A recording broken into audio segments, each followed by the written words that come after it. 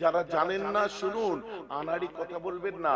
পৃথিবীর কোন ধর্ম, না হিন্দু ধর্ম, না মুসলিম ধর্ম, না খ্রিস্ট ধর্ম, না বৌদ্ধ ধর্ম, পৃথিবীর কোন ধর্ম কোনদিন পারমিট করে না, কোনদিন অনুমতি দেয় না যে আরেকটা ধর্মকে ছোট করো।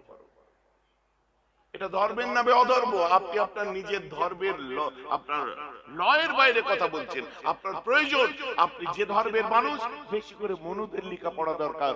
মনুসংহিতা পড়লে আপনি বোধহয় নিজের ধর্মটা ভালো করে চিনবেন। আপনি মনুসংহিতা পড়েননি, যেটা আমাদের ফিকহ বলা হয়,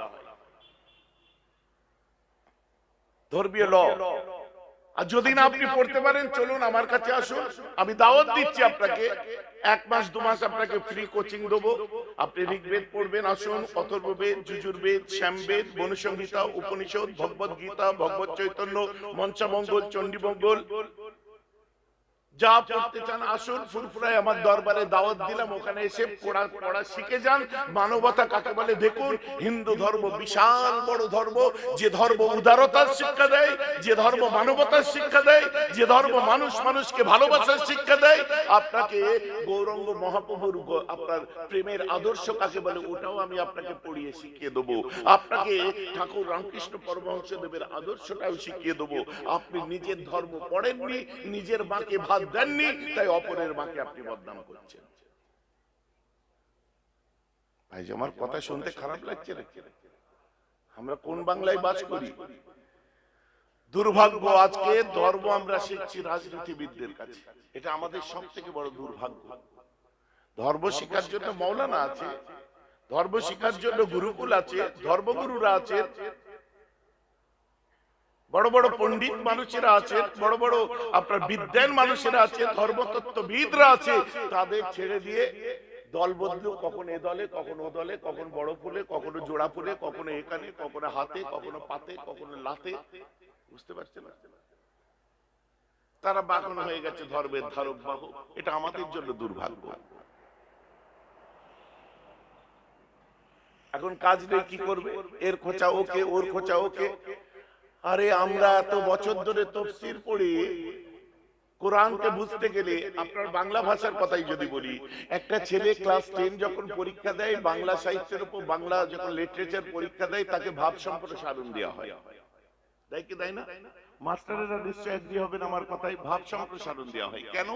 বাংলা, তুমি বাঙালি, তুমি বাংলা ভাষায় কথা বলো, অথচ বাংলা ভাষার ভাব সম্প্রসারণ করতে হচ্ছে কেন?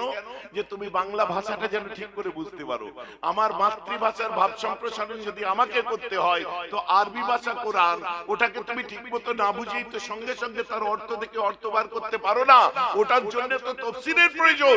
তাই আমরা কোরআনকে কোরআন থেকে বুঝি না, কোরআন বোঝার জন্য তফসিরের গ্রন্থ আমরা দেখি।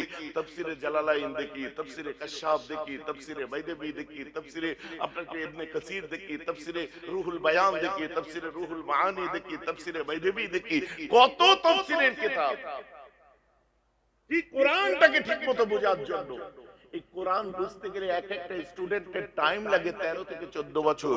সে কোরআন ছোটবেলায় পড়া শেখে, কিন্তু ওটা বুঝতে গিয়ে তফসিরটা ছুঁতে টাইম লাগে 14 বছর। আর তফসির শিখতে আর তার জীবন কেটে যায়।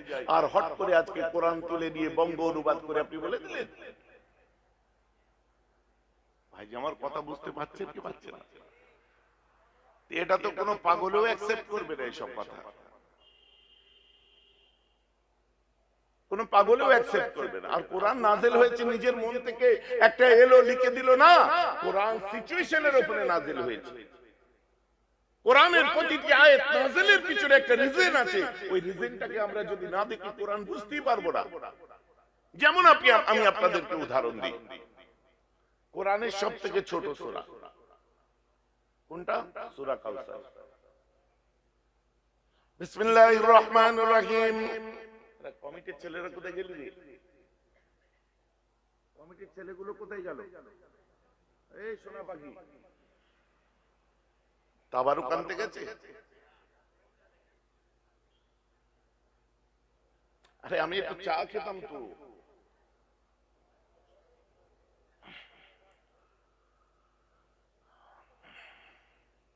ঠান্ডা লাগছে আপনাদের? ভিতরটা গরম আছে, বাইরে বিশাল ঠান্ডা, হাওয়া আসছে তাই। তো যাই হোক, কমিটির ছেলেরা তোমরা যেখান থেকে শুনতে পাচ্ছ একটু দার্জিলিং যাও, যে চা নিয়ে এসো, আসতে লেট হবে তাই বলে।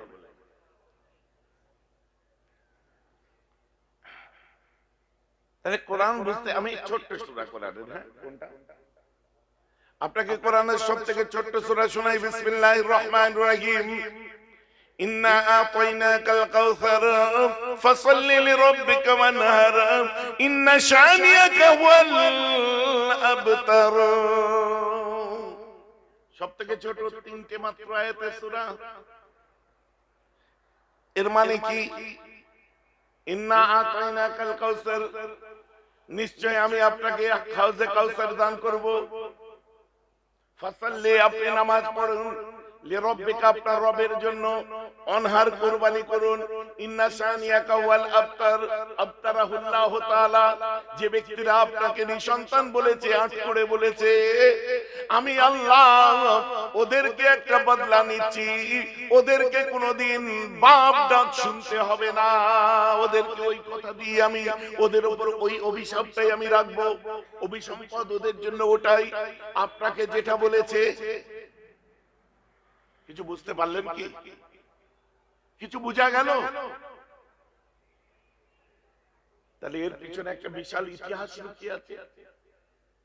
তাই আমার আল্লাহ এই ছোট্ট তিনটে আয়াত নাযিল করলেন। খুব ইন্টেলেকচুয়ালি ভাবুন। তাহলে এর পিছনে যদি আমি হিস্ট্রিটা না জানি, এর মানেটা করলাম কেনই বা তিনি বললেন হাউজে কাউসার দেবো, তুমি নামাজ পড়ো, তুমি কুরবানি করো, তোমায় যে নিশান, ব্যাপার ওইখানে নয়। এটা কখন কোরআনের প্রতিটি সূরা, ইচ এন্ড এভরি সূরা যেগুলো আল্লাহ নাযিল করেছে, প্রত্যেকের পিছনে এরকম একটা বড় বড় ইতিহাস রয়ে গেছে। যেমন আপনাদের বলি, আল্লাহ রাসূলের তিনটে মতান্তরে চারটে সন্তান দুনিয়া থেকে বিদায় নিয়েছিলেন। নবীজির তিনটে সন্তান মারা গেছিল। আমার নবী খুব ভেঙে পড়েছিলেন। একটা একটা করে তিনটে সন্তান মারা গেল। রাসূল আমার ভেঙে পড়েছেন। আমার আল্লাহ আমার নবীকে বললেন, হাবিব, তোমার ছেলেদের তুলে নিয়েছি, তোমার মনে খুব কষ্ট লাগছে। হাবিব, তুমি তোমার সন্তানদের থেকে বেশি কাদের ভালোবাসো? আমার রাসূল কোনো চিন্তা না করে বললেন, আল্লাহ, আমার সন্তানদের থেকে অনেক বেশি আমি আমার উম্মত গুলোকে ভালোবাসি। জোরে বলুন না সুবহানাল্লাহ। কেন? কাটা ঘায়ে লবণের ছিটে দিয়েছিল আমার নবীজির। তাব্বাত ইয়াদা আবি লাহাব ওয়া তাব। এই আবু লাহাব আমার নবীর সঙ্গে বেয়াদবি করেছিলেন, গুস্তাখি করেছিলেন। কি এইরকম আবু লাহাবের মতো অনেকে ছিল। আমার নবীকে নিঃসন্তান বলেছিল। আমার নবীর তিনটে বেটা ছেলে মারা যাওয়ার পর আমার নবীকে সেই আমাদের বাংলা ভাষায় আটকুড়ে বলে না, ঠিক এই ধরনের বলতে চেয়েছিল, যার মানেটা এটা বেরোয় যে মুহাম্মদ, তুমি সব ডাক শুনতে পাবে, তুমি আর আব্বা ডাক শুনতে পাবে না। তুমি নিঃসন্তান হয়েছো, তুমি বাপ ডাক আর শুনতে পাবে না। নবীজিকে খুব কষ্ট লেগেছিল। এই কষ্ট আল্লাহ সহ্য করতে পারেন। আল্লাহ বললেন, হে রাসূল, আপনি বাচ্চাদের থেকে কাকে বেশি ভালোবাসেন? আমার নবী কোনো কথা না বলেই বললেন, আমার উম্মতদের ভালোবাসি। বলছে, যাও, তোমার তিনটে সন্তান আমি দিতে পারি। ইন্না আতাইনাকাল কাউসার, তোমার তিনটে সন্তান এর প্রাণের পরিবর্তে, তিনটে সন্তানের জানের পরিবর্তে কিয়ামতের দিনটা বড় কঠিন দিন হবে। ইয়াউমা হুশরুন নাস, সারা পৃথিবীর মানুষকে একত্রিত করা হবে। In the day of judgement, যেদিনেতে মাথার উপর সূর্য নেমে আসবে, মাথার সূর্য তাপে তোমার মগজগুলো মানুষের যখন ফুটবে, পানি পানি করে চিৎকার করবে, আমার হাবিব, আমি আল্লাহ তোমার তিনটে সন্তানের জানের পরিবর্তে তোমার উম্মতগুলোকে কিয়ামতের দিনে হাউজে কাউসারের ঠান্ডা এবং মিষ্টি পানি দান করব। জোরে বলুন না সুবহানাল্লাহ। তাহলে কত কি লুকিয়ে আছে। তারপর আল্লাহ কি আমার নবী বলছেন, আল্লাহ আমি খুশি হয়ে গেলাম। বলছি, যাও হাবিব, ফাসাল্লি, তুমি এখন নামাজ পড়ো লিরাব্বিকা, তোমার রবের জন্য, ওয়ানহার, এবং তুমি কুরবানি করো।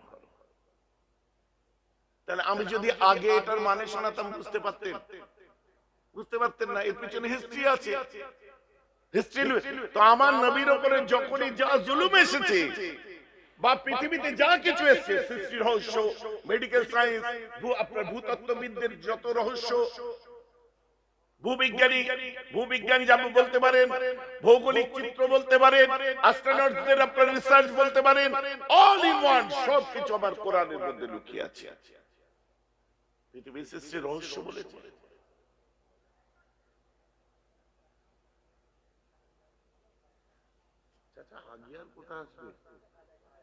আচ্ছা, যে সাইডে একটু খালি আছে দু একজন একটু আগে আগে আসুন, মানুষজন এসে বসতে পারছে না। মহিলাদের এখানে আসতে বলবো।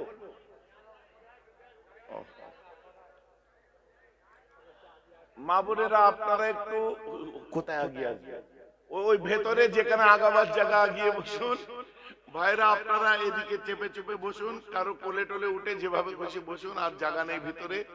এখন শীতের দিন বাইরেও দাঁড়াতে বলতে পারবো না, এখন একটু মোটামুটি ম্যানেজ করে নিন। হ্যাঁ ঠিক আছে।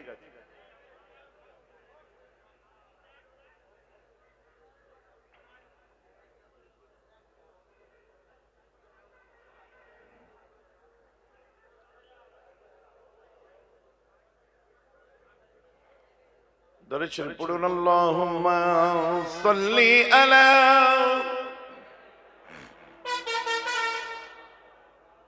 ওয়ালা আলি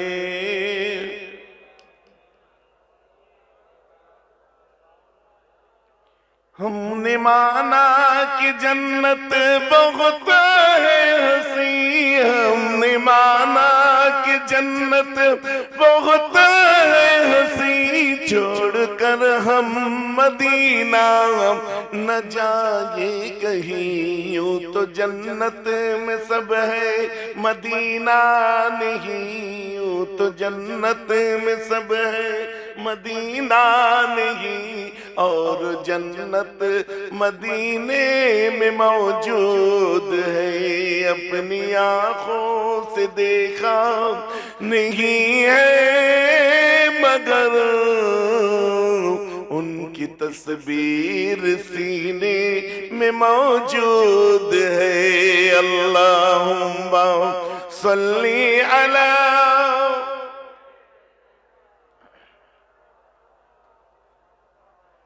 वाला आले।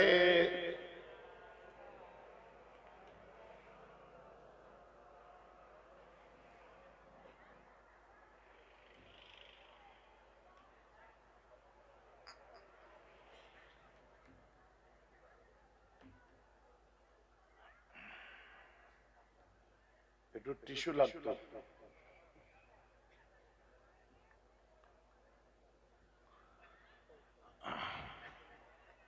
চলে আসবে, অসুবিধা নেই, একটু টিস্যু লাগবে এখানে যাবে। ভাইজি আমি যেটা বলছিলাম,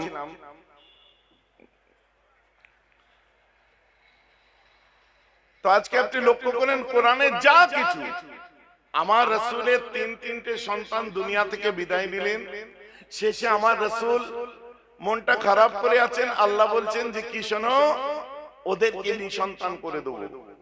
আবু লাহাবের কোন সন্তান ছিল না। মা আগনা আনহু মালুহু ওয়া মা কাসাব, তোমার যত মাল ধন সম্পদ তোমার কোনো কাজে লাগবে না।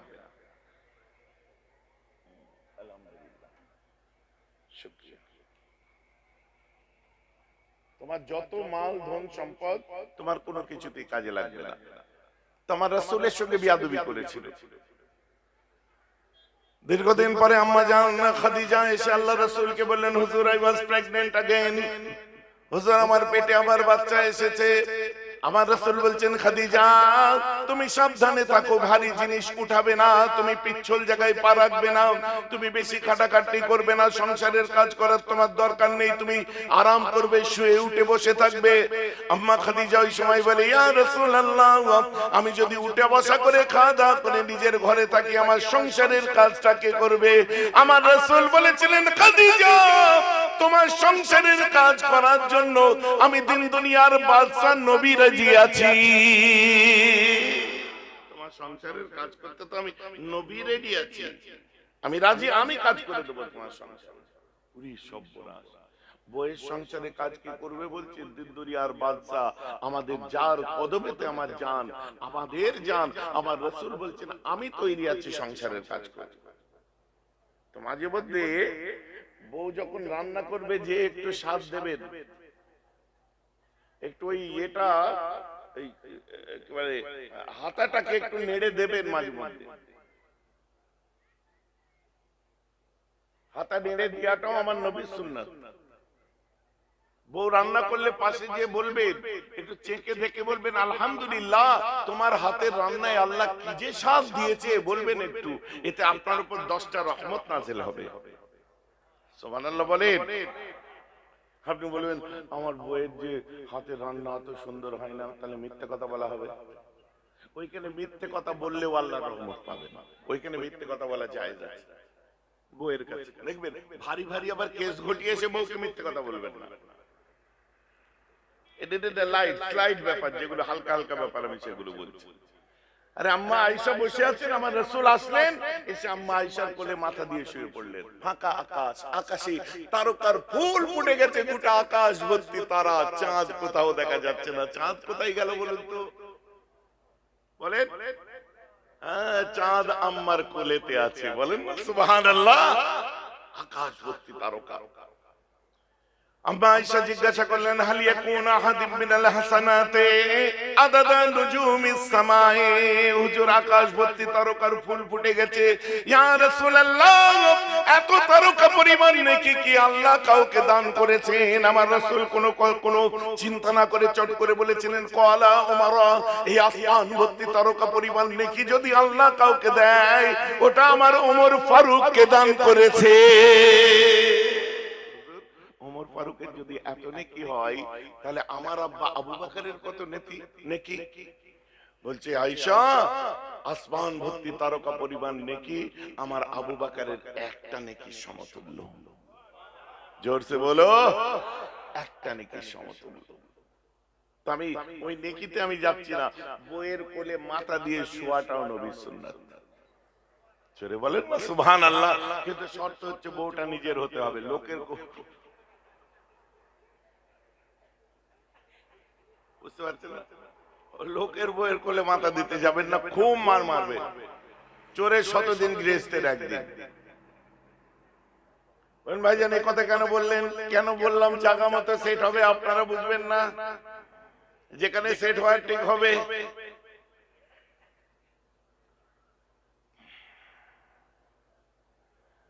ঘরেরটা নিম পাতা, তেতো, রক্ত পরিষ্কার করে, বাইরেরটা চিনি কি মিষ্টি, ওতে ডায়াবেটিস সুগার বাড়িয়ে দেয়। খুব মাথায় রেখে চলবেন। আমার মুসলমান মন খারাপ করবেন না। ভিতরে আসো, আসো, বস। আচ্ছা আচ্ছা, আগে আগে এসে সব জায়গা ধরে দিতে হয় বাবু। চলে আসে, এটা চেপে চেপে আসেন।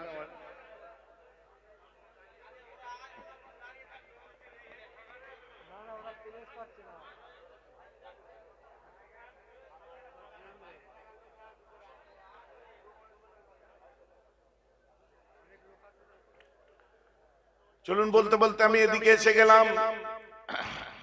আমার আল্লাহ বলছেন ওদেরকেই কোনো সন্তান দেব না, কিন্তু আমার রাসূলকে তোফা দিয়েছিলেন। আম্মা ফাতেমা পেটে আসলেন দীর্ঘদিন পর, আপনার সময় মতো আম্মা ফাতেমা যখন দুনিয়ায় আসলেন, আমার রাসূল ওই সময় আম্মা ফাতেমা যখন আমার রাসূলের কোল মোবারকে গেলেন, আমার রাসূলের ঠোঁট মোবারক আম্মা ফাতেমা খাতুনে জান্নাতের ঠোঁট মোবারকে একটু হাতটা রেখে বললেন, এটা আমার ফাতেমা, আন্না ফাতিমাতু মুদগাতান মিন্নি, अन्ना फातिमा तो मुदगतम मिन्नी, ये फातिमा ये मेरा बच्ची नहीं, ये मेरा मुदगा है।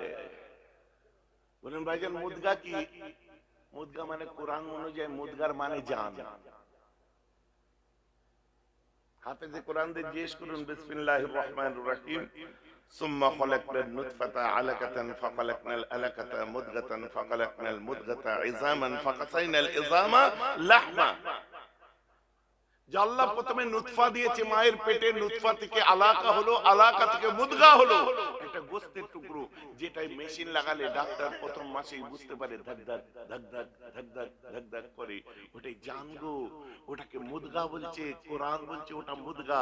আমার নবী বলছে ফাতেমা তো মুদগাতাম মিন্নি, ফাতেমা হচ্ছে আমার জান। বলুন না সুবহানাল্লাহ।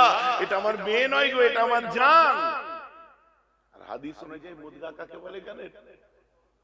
বুখারী খুলুন, আমার নবী বলছেন আলা ইন্না ফিল জাসাদে মুদগাতুন ইন সালাহাত সালাহাল জাসদ কুল্লুহু ইন ফাসাদাত ফাসাদাল জাসদ কুল্লুহু আলা ওয়াহিয়াল কলব। মানুষের শরীরে একটা গোশতের টুকরো আছে, যেটা পরিষ্কার থাকলে সব মানুষটা, গোটা মানুষটা পরিষ্কার হয়, আর যেটা নোংরা হলে মানুষটাই নোংরা হয়ে যায়। ওটাকে ইংলিশে বলে হার্ট, বাংলায় বলে হৃদয় বা অন্তর, বা ওটাকে হৃৎপিণ্ড বলে, ওটাকে আরবিতে বলা হয় কলব, আর ওটাকে উর্দুতে বলা হয় দিল। আমার নবী এমন একটা ভাষা বললেন মেয়ে জন্মাতে, যে ফাতেমা তো মুদগাতাম মিন্নি। কোরআন অনুযায়ী মুদগার মানে জান, হাদিস অনুযায়ী মুদগার মানে দিল।